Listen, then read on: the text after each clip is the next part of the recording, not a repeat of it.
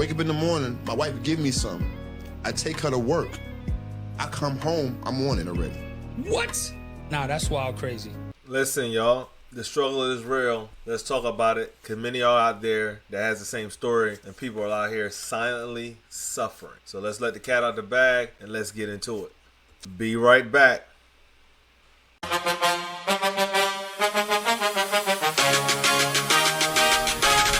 Peace to the puzzle.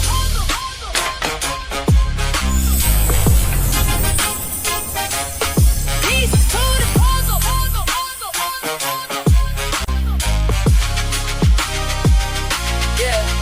Yeah.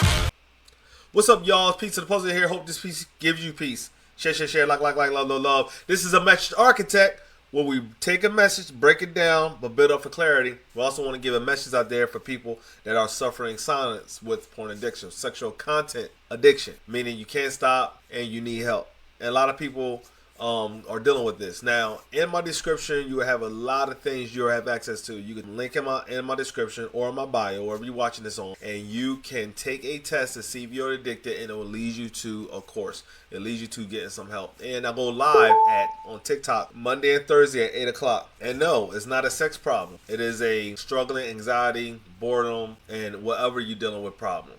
Not all the mix, maybe individually. Everybody got their reasons, but it's across the board of these reasons. And I want to help people with this situation, with this mental struggle, that you're not alone and there's a way out of it, and it's quite simple and practical, but it is going to take effort. So one thing for sure is I want to extend my grace and my hand and mercy for those that are going through, whether you male or female. So we're going to watch the full video, right? And then I want to break it down, the video, but also want to give some points on why you feel the way you feel. And are you this person? Are you the friend, or are you the one that's struggling? Or are you both? We all like to hear a message and think of like, oh, I know who can hear this. Well, maybe the person needs to hear this is watching this right now. Further ado, let's go ahead and watch the full clip. All right, mind the cursing. All right, let's go. Wow. I'm fighting with myself mentally on the way home saying don't do it. And the moment I get in the house, How am I just knowing about this, bro? I know we all went through some shit this year, but how am I just knowing about this right on air in front of everybody else? because bro, like, if I don't let it out here, bro, it ain't gonna help nobody. That's crazy. Like, bro, when I tell you I struggled for 3 months, 3 whole months, bro, where I'm talking about I was so ashamed I didn't want to come out of my house. So how could I couldn't tell you? I couldn't tell you because I wasn't ready. I was ashamed of this shit.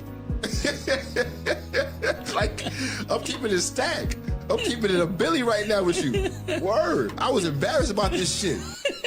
I gotta shake my nigga hand and knowing I just finished beating off a few hours ago. So I want you to understand that it starts out with him saying, I can wake up in the morning, my wife give me some, and I still, what he say? Some. I take her to work. I come home, I'm on it already. Boom. Why? See, most people don't understand it's a case of why you do it. It's not a sexual problem, because clearly he has a wife that gives him access. The problem is not the fact that porn is the issue. It's the fact that why do you go to this, and your brain is actually yearning for this relief and this escape. You're running from something, and you have trained your brain to not deal with things, and this has been your escape. Now, life is about having escapes. Going on vacation is a type of an escape. You know what? I'm tired of arguing. Let me just go for a walk. That's a healthy escape. We're talking about healthy escapes. There's nothing wrong with having hobbies, interests. They're going to the gym. There are things where you can obsess with, but there is a lot of healthy escapes. But there's also unhealthy escapes. Porn, masturbation is one of them. So I want to go ahead and break this message down for you so it can help you out. And I'm going to provide a ChatGPT prompt. Take this prompt, copy and paste. It leads you to like a Google Doc. You copy and paste, boom, and it's going to lead you to help you on this way. And that's for free. All right, so let's go. Now again, the problem isn't sex. People think, oh, I'm not getting none. There are cases. There are men that might be in marriages where you are not getting as much as you would like, and it might put you in a pressure to go to porn. I don't condone it, but that's one thing. But majority of the time, the struggle is beyond sex desires. Porn is often not because of lack of sex. A lot of people got exposed to it before they even knew what sex was. Matter of fact, porn became the teacher of what sex is, meaning this is why we have a distorted worldview on sex itself, because we have outside sources that are shaping the way we look at it, and it's shaping the way we look at ourselves. It can become a coping mechanism dealing with stress, anxiety, boredom, loneliness, frustration, and habits, meaning you're dealing with something, especially boredom, whatever case may be. They are all considered some level of stress and anxiety. Boredom is a feeling of being relentlessly having nothing to do, and it's a type of stress. Well, if you was younger, watching porn, we was have nothing to do, train your brain to live a certain way, you get triggered. A person can have intimacy available and still feel driven towards pornography, because it's not about intimacy. It's about not feeling connected, and that's what you're longing for. At least you're feeling something, and that's why you'll go after it. In most cases, it is the thriving desire to wanting to feel connected to something, and you are coping with a unhealed area, and it's been so long, and you've been coping with it in this way for so long that you can't even identify no more. Thus, it feels like it's on autopilot. And solving the surface problem doesn't always solve the deeper issue, which is, why do you have to masturbate? Why are you drawn to it? Number 2, one of the strongest statement he said. Let's play it. Wow. When I would come home, on the way home, I'm telling myself, don't do it. Wow. I'm fighting with myself mentally on the way home saying, don't do it. Don't do it. He didn't even get home yet to deal with the desire. You become more aware. This is for people that you want to be more aware of yourself and what you do and why you do it. And you like, man, hold on, what's going on over here? And what's going on is you are being more aware of you, thus you start fighting you. You began this way, of course, and you're now fighting against you. And you're telling yourself, don't do it. Who are you talking to? You're not talking to your kid, your child, your wife, your mom, your dog. You're talking to you. You're fighting you, because there's a system, and you have recognized, he recognized, I know what you're going to do when we get there. Don't do it. Trying to have authority over you, or more specifically, you're trying to have authority over the system that you built in your brain, and you must break it down.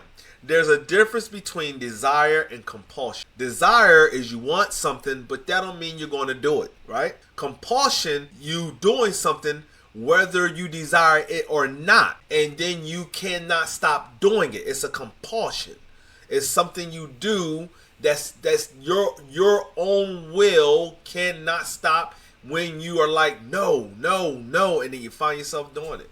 If you're repeatedly doing something you don't want to do, pay attention. When you're doing something you don't want to do, pay attention to that. You're doing something and saying, man, I don't want to do this. I don't like this. What's going on is you are more aware of what's not good to do, and now you see a repeated design system that your brain is on autopilot, right? The battle often starts long before the behavior.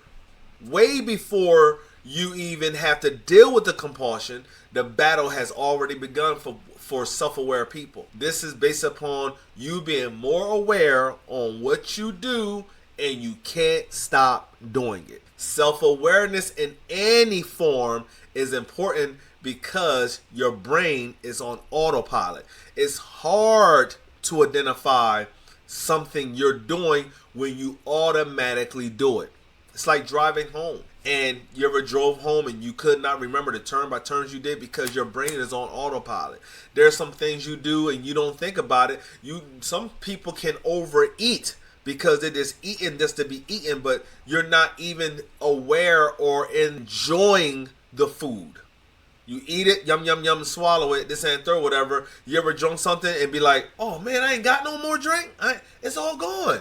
Oh, why? Because all you was doing was consuming it with a compulsion, and you was not being aware of you enjoying the drink. Well, that goes with even sex and sexual content addiction. You be on social media, next thing you know, you see something and you hear something, a sex tape of a celebrity, or you see a new pretty face, and you like, ooh, I wonder if she got a what? Celebrity sex tape. 3, shame and guilt. I want to play something. How am I just knowing about this, bro? I know we all went through some shit this year, but how am I just knowing about this, right? On air, in front of everybody else. Because bro, like, if I don't let it out here, bro, it ain't gonna help nobody. That's crazy. Like, bro, when I tell you I struggled for 3 months, 3 whole months, bro, where I'm talking about I was so ashamed not even want to come out my house. So how could I couldn't tell you? I couldn't tell you because I wasn't ready. Now, we're going to go into recovery starts with honesty. He had to be honest with himself. You got to be honest with you. You have to be honest. I dealt with this for many years. I was exposed to pornography at 8 years old, and over the course of my teenage years, I had a collection. We talking about from VHS to DVDs to when the internet came, from LimeWire, all these things growing up to being a full-grown adult, and I was just doing it thinking like this is what everybody do, until I became aware of family. I became aware of me doing something. And when I got saved, when I have basically let Jesus Christ in my life, that's when I started to have a moral compass. I was reborn again. I was looking at things differently. And when I look at things differently, I then began to see I had a problem because I couldn't stop. And then the struggle began. Recovery starts with honesty. The turning point in the conversation was his willingness to finally speak out. A abrupt thing you can do is, look, I funk it. I'm about to just tell you what I've been doing with. And that's his boy. I'm assuming that's his homeboy. Even his homeboy's like, man, I ain't even, you telling me like this? It's not even about me. It's about helping somebody else too, right? So change begins when denial ends. When you can stop saying, I don't have a problem. I don't have a problem. If it's compulsive and you cannot stop. When you're talking about, oh, I quit it before. You didn't quit before. You stopped before. A wise woman told me there's a difference between quitting and stopping. Quitting is when you never go back to it again. Stopping is just like stopping at a red light. You're just stopping, and you can start up at any given time. So I want to play one more part with Shane. I was ashamed of this shit. Like, I'm keeping it stacked. I'm keeping it a Billy right now with you. Word. I was embarrassed about this shit. So Shane, he admits what? He was embarrassed and didn't want anybody to know. Most people don't. This dude at the bottom has love for the dude at the top. And he didn't know his boy was struggling for months. If somebody in your circle struggling and you don't know that they are, ask them. And there's some cases they're going to be like, nah. Because a lot of people are not going to straight up admit it. So you're going to make a safe space. So this is one thing. Shame causes isolation. When you are ashamed of something, it causes you to be by yourself, and this is where it goes into a cycle, because you get triggered, you go into behavior, you feel shameful, you go into isolation, and then you're triggered again because you're now stressed because you're by yourself. You feel alone. You now feel what? Struggle, and then you're going to get triggered again, and then you go into the behavior, and then you go into shame, then you go into isolation. It's the whole cycle. You know what I mean? So the whole point is shame causes isolation across the board. And most people hide their struggle because they don't want to be judged. Judgment. If you're going to laugh at me or you're going to take it seriously, why did he come out on the show first and not in private? There's other reasons I believe too. I believe the conversation they had made this guy feel that this is the most safest place, because you know what can you do? You can always delete and cut. But they left this in the video, which is amazing, because none of us had to see this conversation. They could have easily cut this out. So the fact that this guy came out on the air with his boy recording it, that means it was a safe environment. You got to make sure that you giving people safe environments. You got to make sure that you are ready to come out and talk to somebody in a safe environment, or at least a safe person. So you also have to be able to come out to somebody that is also self-aware. Maybe not of the same problem, but they understand the principles and the mindset of being aware of what you are dealing with. The longer you take to deal with this, the harder it's going to be to address it. The longer you take to actually confess and come out with this, the harder it is to address it. Because at the end of the day, confession takes the power away from struggles, because all of them deal with secrecy. Secrecy. The more you hide something, you become better at hiding it. You become skilled at hiding. You don't want to let somebody know. You feel ashamed, so you become better at hiding.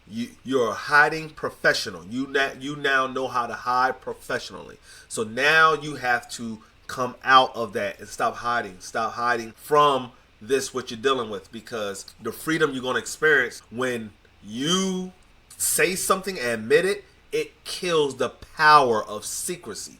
Secrecy and hiding fuels addictions. It fuels, because you're by yourself and there's no one to make you feel judgmental or make you feel some type of way concerning what you're dealing with. But it fuels it, and thus you keep feeling worse and worse and worse. And then what's going to happen is something bad is going to happen.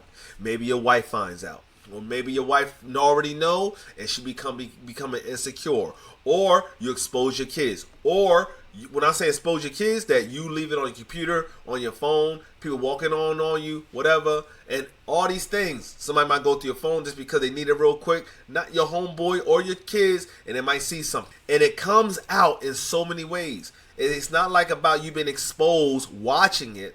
It's going to come out through your behavior. It's going to come out on what you look at on social media. It's going to come out some way. And if you are going deeper, the last stop is something's bad is going to happen to wake you up. People know how to hide behind silence. Anytime there was somebody that shows too much happiness all the time, joking all the time, smiling excessively too much, usually people the jokester. That's why if you look at a lot of people that do comedy, a lot of times they're the ones that have a lot of trauma. They always most of the time they have a horrific story. Think about it. So do you know someone that might be dealing with this and you can be their safe space, or you are dealing with this? Then you can hit me up. You can follow me on the social media, and we can deal with this together. So what happened? Change begins when denial ends. Can you admit it? Can you come to awareness of what you're dealing with? Number 2, honesty removes the power of secrecy that fuels it. Coming out, I go on TikTok Live, and there's a couple individuals that talks about this, and them coming out on the live and talking about it, and then me sharing my story, it takes the power away from the shame, which lowers the triggers to do it again. What are you avoiding? Escaping or numbness? What's the difference? And I'm gonna do another video about this one. Some people use porn addiction, sexual content, because you could be on Twitter, you on social media watching a lot of sexual content, and you steady liking and enjoying it because it's the same dopamine hit. So whether you ain't masturbating like that, but you're still enjoying the sexual content, or you masturbating and you enjoy sexual content, it fits both the narrative. But what is it? What are you dealing with? Numbness, because you don't feel nothing in life, because there's nothing to smile about, because you're getting more numb about what you're going through, because you're feeling alone, because you're feeling isolated, because you're not life is not touching you the way it used to. You look at the old pictures, you smiling, and you looking at, man, look at that boy. What happened to that boy? What happened to that girl? What happened to me? And you got numb. So you do this so you can feel something again. A lot of people do this so they can feel something again. Hypersexually active because they want to feel something. Well, the same way with guys and everybody. You want to feel something. Escape is you're overwhelmed with a feeling of anxiety. You're overwhelmed with a feeling of too much going on. You're overly stressed, and you got to get away. It's your mental vacation, and that dopamine hit, and you're training your brain. This is how we escape. They're the difference here, the two, but I'm gonna go on to that on a whole nother video. Who can I be honest with this battle? You can go to a therapist, but there's a thing in love that satisfies the heart of a struggling person. Because it's the one thing a therapist typically cannot do is they can't love you.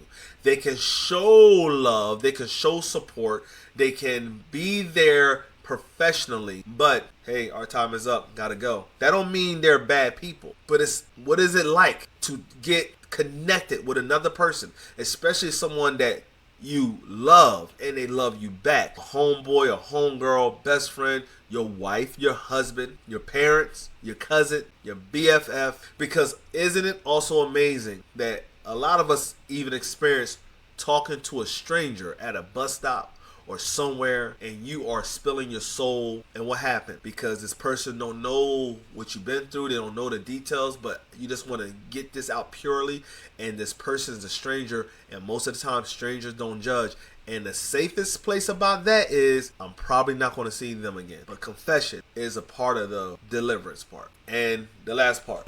When I tell you this year, I'm talking all facts, my nigga. I'm bearing my soul to you right now. I'm bearing my soul. So if you are a person that is dealing with pornography addiction, please reach out. Make a comment under the video. Go to my other social medias and you can hit me up, reach out. There's a test you could take that's in my link to see if you're really struggling with it. That's going to help you out. And I go live every Monday and Thursday, 8 o'clock p.m. to actually talk about this in real time. I'm here to help. I want you to know you're not alone and there is freedom on the other side of a conversation. All right? Have the strength to come out and send this to someone that you know that can help them out.